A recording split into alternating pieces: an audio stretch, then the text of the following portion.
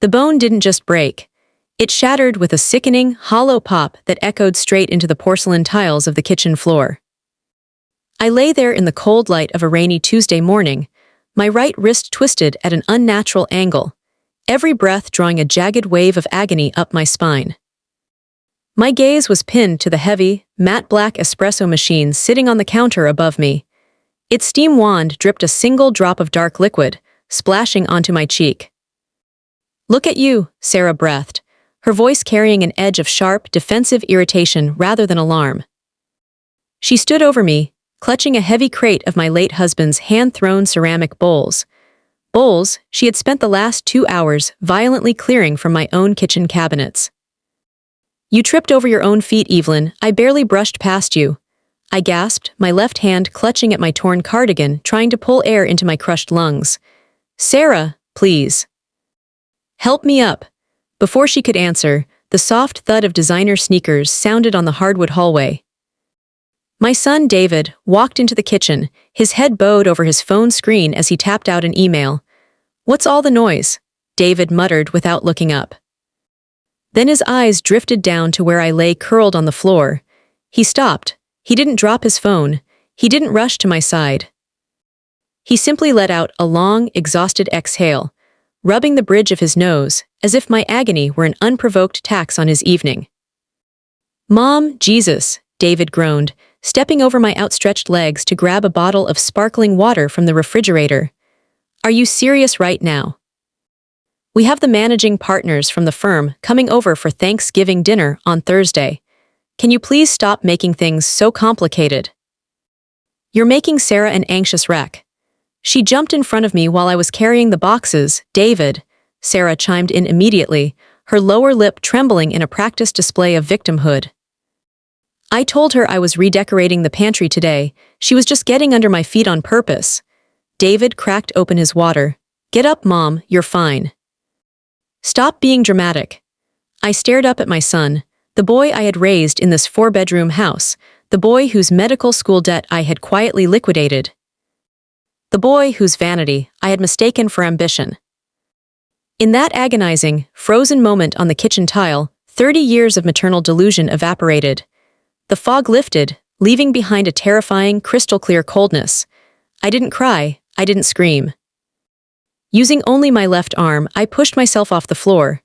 I stood up, my right arm hanging limp, dead, and flaming with pain. I looked David straight in the eyes. "I am going to the clinic," I said quietly. I didn't wait for his response. I grabbed my purse with my left hand, walked out the back door into the cold Oregon rain, and drove myself to the emergency room with one hand on the steering wheel. The doctor at the Portland Urgent Care Center shook his head as he examined the X-rays. "Distal radius fracture with significant displacement, Mrs. Thornton," he said, wrapping a heavy, rigid fiberglass cast from my knuckles to just below my elbow. "This wasn't a soft fall. It took considerable kinetic force to snap a bone like this." "Did someone hit you?" "I fell," I replied smoothly, my voice devoid of emotion. "A household accident. I'm writing a prescription for hydrocodone." "You'll need surgery if the alignment shifts." "No narcotics," I said firmly. "Just give me ibuprofen." I need my mind completely clear. When I Ubered back to my house in the gated sanctuary of Highland Crest Estates in Lake Oswego, the residence was dark. David's leased BMW SUV was gone. Sarah's convertible was missing from the driveway. Near the garage trash cans, my husband's ceramic bowls lay smashed inside a soggy cardboard box. I walked inside. The quiet of the house hit me, not as a burden but as a weapon. Grief requires hope, and my hope for my son had flatlined on that kitchen floor. What replaced it was a methodical, icy resolve. I walked into my private office at the end of the hall, pulled out my key, and unlocked the heavy steel filing cabinet in the closet. 30 years ago, my late husband, Arthur, and I bought this property outright. When he passed away 5 years ago, he left me with a fully paid-off $1.8 million estate and a liquid portfolio managed through a private trust at First Western Bank in downtown Portland. 8 months ago, David had come to me crying about temporary liquidity issues and high interest rates. He and Sarah needed a few months to save for a down payment on a place in Seattle. Out of pity, I let them move into the master suite. To help them keep their dignity, I added David as an authorized user on my secondary checking account to cover groceries and household utilities. I booted up my laptop with my left hand, pulling up the account ledgers. The story the numbers told was vicious. My grocery money was funding Sarah's weekly appointments at luxury spas in downtown Portland, monthly charges at high-end boutiques, and $500 dinners at steakhouses. David's car repair allocation had been used as a down payment for his new luxury lease. They were draining my life savings while treating me like an unwanted, senile squatter in my own home. I sat back in my chair, resting my heavy white cast against my ribs. I picked up a pen with my left hand. My handwriting was a jagged, ugly scrawl, but it was legible enough. I began writing down a list of names, numbers, and dates. I didn't need to yell at them. I didn't need an apology. An apology from a parasite is just a tactic to keep the blood flowing. I was going to cut the host off completely. By 7:30 a.m. on Wednesday, while David and Sarah were still asleep upstairs in my master bedroom, I was sitting in a private corner booth at a cafe across from the First Western Bank branch in downtown Portland. At 8:00 a.m. sharp, I walked into the bank's glass doors and met with Evelyn Vance, the senior vice president of wealth management, who had handled Arthur's estate for a decade. Evelyn. "Goodness, what happened to your arm?" Mrs. Vance asked, pushing her reading glasses down her nose as she took in the sight of my cast. "A sudden shift in structural integrity," I answered smoothly, sitting down. "I need to execute a series of immediate administrative changes across all my accounts. Over the next 45 minutes, my single left hand signed a mountain of legal paperwork. 1. Account stripping. David was stripped of his status as an authorized user on every single bank account, credit line, and trust tied to my name. 2. Card cancellation. The black credit card currently sitting in Sarah's designer leather wallet was permanently frozen and marked as revoked. 3. Asset isolation. My entire liquid capital, over $2.4 million, was liquidated from standard checking and transferred into an irrevocable private trust structure that required in-person biometric and physical signature verifications for any withdrawal over $50. "Will there be anything else, Mrs. Thornton?" Mrs. Vance asked, handing me my new unembossed steel debit card. "Yes," I said softly. "Place an absolute block on all telephone and digital authorization attempts.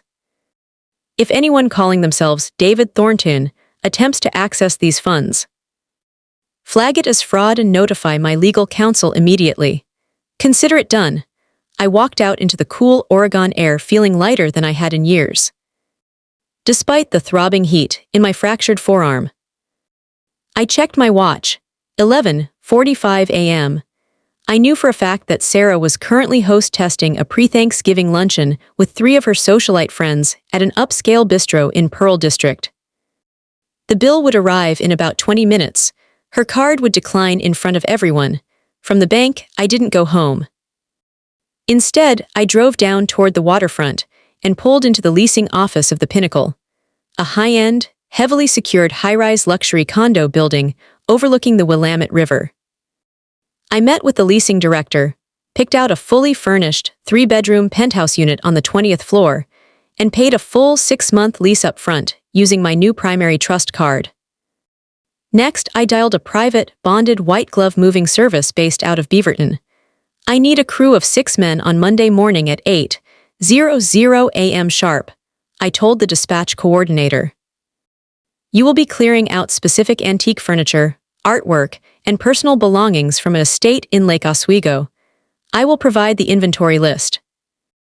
You will transport everything directly to the Pinnacle." "Understood, ma'am. Will the other residents be assisting?" "The other residents will be weeping," I said calmly. "Just make sure your men bring heavy equipment." My final call of the afternoon was to the administrative office of Highland Crest Estates. "Chief Officer Hayes," I said when the head of security answered the line. "Mrs. Thornton, how are you doing today? Hayes's voice was deep, professional, and familiar. He had been managing the estate's private security force for 15 years. I need to make an immediate modification to my property access registry, I stated. As of Thursday evening at exactly 7:00 p.m., I am revoking all gate transponders, facial recognition entry logs, and guest privileges for David Thornton and Sarah Thornton. There was a pregnant pause on the other end of the line. Mrs. Thornton, those are your family members living in the primary residence, correct? They are non-paying squatters, I replied coldly. I am serving them with a formal 30-day notice to vacate my property. However, their access to the community amenities, the private gym, the clubhouse, and the automated vehicle gate, is to be severed immediately at 7:00 p.m. sharp on Thursday. I see, Hayes said, his tone shifting from casual to operational. Do you require security intervention, ma'am? I am hosting a formal dinner on Thursday evening, I said, a slow, dark smile spreading across my lips. I would like you to personally walk up to my front door at precisely 7:00 p.m. and hand-deliver the access revocation notices to David and Sarah while our dinner guests are sitting at the table. Hayes didn't hesitate. It will be my distinct pleasure, Mrs. Thornton. 7:00 p.m. on the dot. By Wednesday evening, I was back in the house. I had arranged for a commercial locksmith to arrive, while David and Sarah were out doing last-minute shopping. Heavy-duty, electronic deadbolts had been installed on my private home office and the small guest room at the end of the corridor where I had moved my bedding. When Sarah returned home around 8:00 p.m., her face was bright red, her jaw clenching so hard I could see the muscles twitching beneath her skin. She slammed her designer handbag onto the kitchen island so hard a brass strap buckle snapped. She glared across the living room at me. I was sitting in my favorite wingback chair, calmly turning the page of a hardcover book with my left hand, my massive fiberglass cast lying across my lap like a sleeping hound. My card was declined at lunch today, Evelyn, Sarah hissed, her voice vibrating with suppressed rage. Do you have any idea how embarrassing that was? I had to ask Juliana to cover a $800 bill. I didn't close my book. I didn't even look up from the page. How unfortunate for you, Sarah, I murmured softly. You should be more careful with your spending. You need to call the bank and fix it. David tried calling them, but they said his name wasn't even on the file. The bank is closed, Sarah, I said, finally lifting my eyes to meet hers. My gaze was totally void of warmth. And I am reading. Please keep your voice down.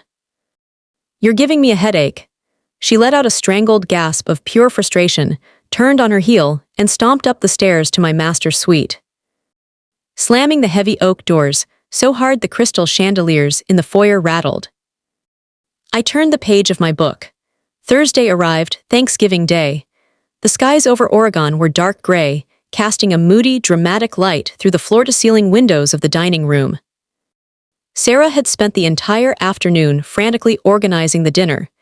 She had invited David's senior managing partner from his law firm, Mr.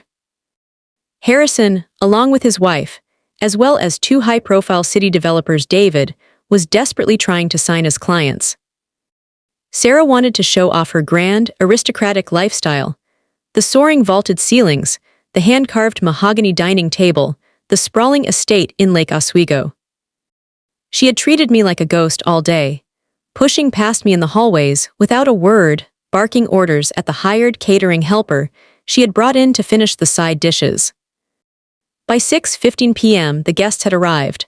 The dining room smelled of roasted garlic, rosemary, and toxic entitlement. David stood at the head of the long table, wearing a tailored charcoal suit, pouring an expensive Pinot Noir into crystal goblets. Sarah floated around the room in a shimmering emerald silk dress, accepting breathless compliments on the house. "Oh, this place is just divine, Sarah," Mrs. Harrison gushed, taking a sip of wine. "The wood beams, the architecture. You and David have done a magnificent job transforming this home." "Thank you, Victoria," Sarah cooed, casting a smug glance toward the end of the table where I sat quietly. It's been a labor of love, really. It takes a certain eye for design to bring out the true potential of a property like this. I sat at the far end of the table in a simple navy dress. My white fiberglass cast rested quietly against the table edge. I picked up my water glass with my left hand, took a slow sip, and set it down. The clink of the glass on the wood was lost under the loud chatter of corporate grandstanding. David cleared his throat, raising his glass to command the room. "I'd like to propose a toast," David announced, puffing his chest out. "To growth, to family, and to the endless opportunities this year has brought us." Managing an estate like this while closing 3 major land deals hasn't been easy, but as Sarah always says, work ethic is everything. The guests clapped politely. As the main course was served, Sarah dropped a heavy platter of carved turkey right in front of my plate. "Evelyn, do try to keep that monstrous arm out of the way of the dinner plates," Sarah whispered under her breath, her voice sweet enough to fool the guests, but laced with venom. "We wouldn't want another clumsy little accident to ruin the evening." "I'll be fine, Sarah," I replied with a cold, flat smile. David took another deep gulp of wine. The alcohol, combined with his bloated ego, was making him reckless. He looked around the table at his managing partner, then at his potential clients, clearly looking for a way to prove his dominance in the household.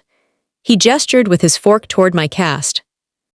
"You know, folks," David laughed, his voice ringing hollow and arrogant through the room, "you have to keep a tight leash on the older generation sometimes. They get stubborn." Mom here thought she could run the kitchen her way on Tuesday. The room quieted down slightly. David leaned back in his chair, a smug grin spreading across his face. "My wife had to teach her a lesson," David said, chuckling loudly at his own words. "Put her right in her place." Silence descended on the dining room like a falling axe. Forks hovered halfway to mouths. Mr. Harrison froze, his eyes darting nervously toward me, then down to his plate. His wife's smile instantly evaporated. The ugly, abusive undertone of David's joke hung in the thick air, impossible to ignore. Sarah didn't flinch. She simply sat beside him, lifting her chin with a pleased, cruel smile, validating the humiliation. They thought I would bow my head. They thought I would flush red, offer a quiet, embarrassed nod, and retreat into the senile submission they had spent 8 months crafting for me.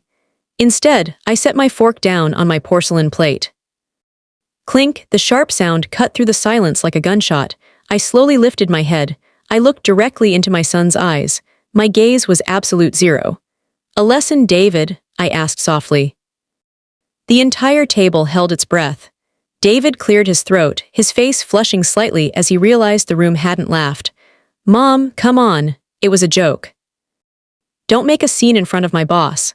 "I am not making a scene, David," I said, my voice dangerously smooth, carrying effortlessly across the room. "I am simply clarifying your statement. You think snapping my wrist in 2 places because your wife shoved me down on the tile is a lesson?" Mrs. Harrison gasped, her hand flying to her mouth. "Mr.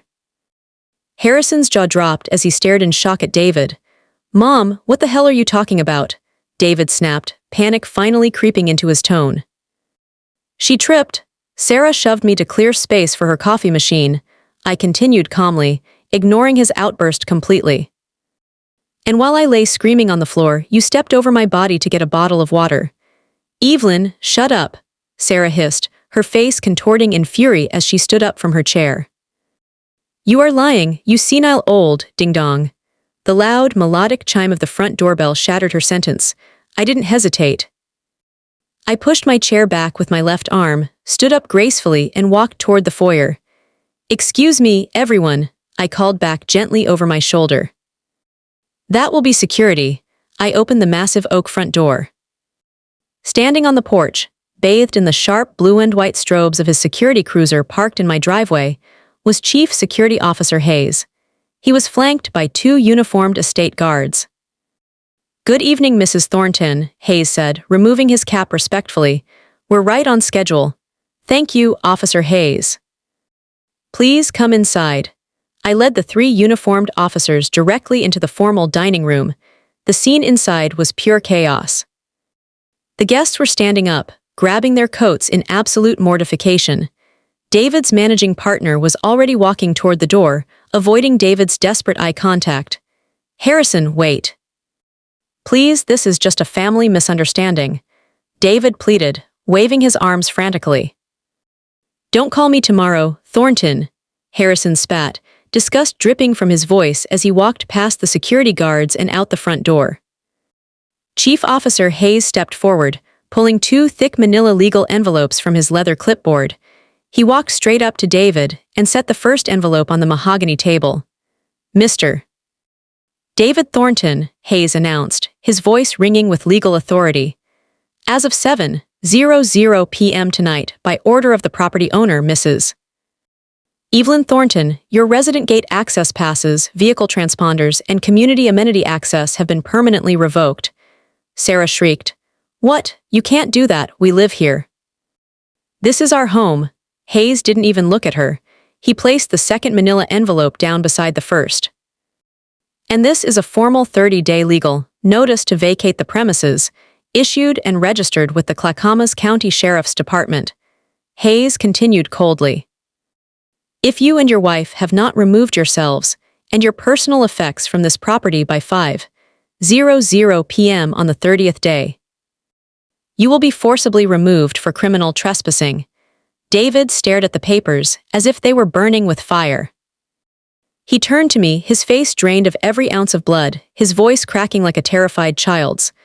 Mom, what are you doing?" David stammered, stepping toward me with his hands out. "Are you kicking us out over a stupid joke? We don't have the money for a lease deposit right now. You closed my accounts. You have a $90,000 luxury SUV parked in my driveway, David," I said softly, my voice devoid of pity. "You can sleep in it. You monster," Sarah screamed, her eyes bulging with unhinged rage. "I barely touched you. You broke your own arm because you're weak and old." "You pushed me, Sarah," I corrected her mildly. "And that was your mistake. You mistook my silence for submission. You mistook my home for your trophy." I turned to Officer Hayes. "Officer, please ensure that these 2 individuals hand over their vehicle gate clickers right now. They will be using the manual visitor lane and showing photo identification to enter the neighborhood for the next 30 days. Sarah snatched her key card off the sideboard and threw it violently at the floor, bursting into hysterical tears of defeat as she realized she had 0 leverage, 0 power, and 0 money left to fight. "I am moving out on Monday," I announced to the room, looking at my son one last time. "A private moving company will clear out all of my furniture. The house will be listed on the real estate market on the 31st day. The master suite is yours until then. But you will find that my office, the guest bedrooms, and the wine cellar are locked with heavy deadbolts. The Wi-Fi has been turned off. The housekeeping services are canceled. Enjoy your Thanksgiving dinner, David." I didn't wait for his response. I turned my back on my son, walked down the long, dim hallway to my locked room, slipped inside, and turned the heavy deadbolt. Outside my door, I heard David slamming his fists against the wood, weeping, pleading, cursing. I walked over to the bed, sat down on the edge, and looked out the window at the rain falling over the Oregon pines. My right arm throve with a dull, steady ache inside the heavy cast. But inside my chest, for the first time in 8 long months, my heart felt completely, beautifully light. I didn't stay to watch the rest of their 30-day decay. On Monday morning at 8:00 a.m., 3 massive moving trucks pulled into the driveway.